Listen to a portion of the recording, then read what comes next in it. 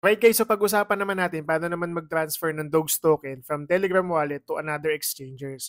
So dahil hindi pa available si Dogs up to this date, ang gawin natin, Notcoin muna gamitin natin for reference lang. So it's the same process naman, so wala kayong magiging problem. So gawin mo, kiklik mo lang to si Notcoin, then isi-send mo siya.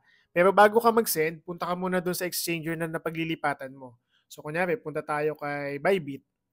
Pagpunta mo ng Bybit guys, punta ka ng asset, then deposit. Pag-click mo ng deposit, punta ka ng deposit crypto sa pinakababa. Then hanapin mo dito ano bang coins. So for example, Dogcoin or Notcoin. Example, hanapin natin si Notcoin.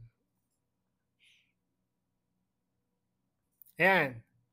So ang sabi niya dito, ano bang chain of network ang gagamitin mo? Kung Citon lang ang available, yan lang i-click mo.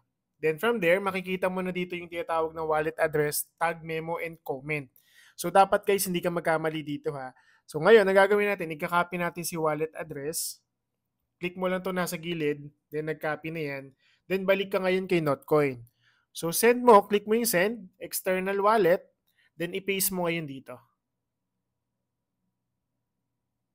Yan, so lalabas yan, continue mo lang doon. Then ilan ang isi-send mo? Sample, 0.5. So may minimum amount siya. Then from there guys, dire-diretso na po yun. Ngayon, babalik tayo ngayon dito sa question. Sir, paano kapag kailangan, wala naman nakalagay na memo dun sa pag-deposit natin, nasa pag-withdrawhan natin? Okay lang yun. Yun nga lang guys, usually kasi kapag mag-withdraw ka or magde-deposit ka sa ibang exchangers, kailangan talaga dapat may memo. So, ika-copy mo din to. Yan ha. So, wag na wag niyong kakalimutan. As long as na mayroong required na tag, memo, or comment, i-copy-paste nyo din yan. Yun nga lang, usually kapag sa Telegram ka naman manggagaling, ang kailangan mo dyan is the wallet address lang. And okay lang yun.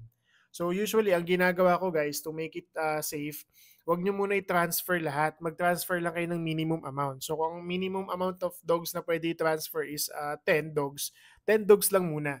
Then kapag na-receive, ulitin mo na lang, i-max mo na lahat. Guys, kung meron pa kayong questions at hindi pa clear, i-comment nyo na sa comment section, sagutin natin.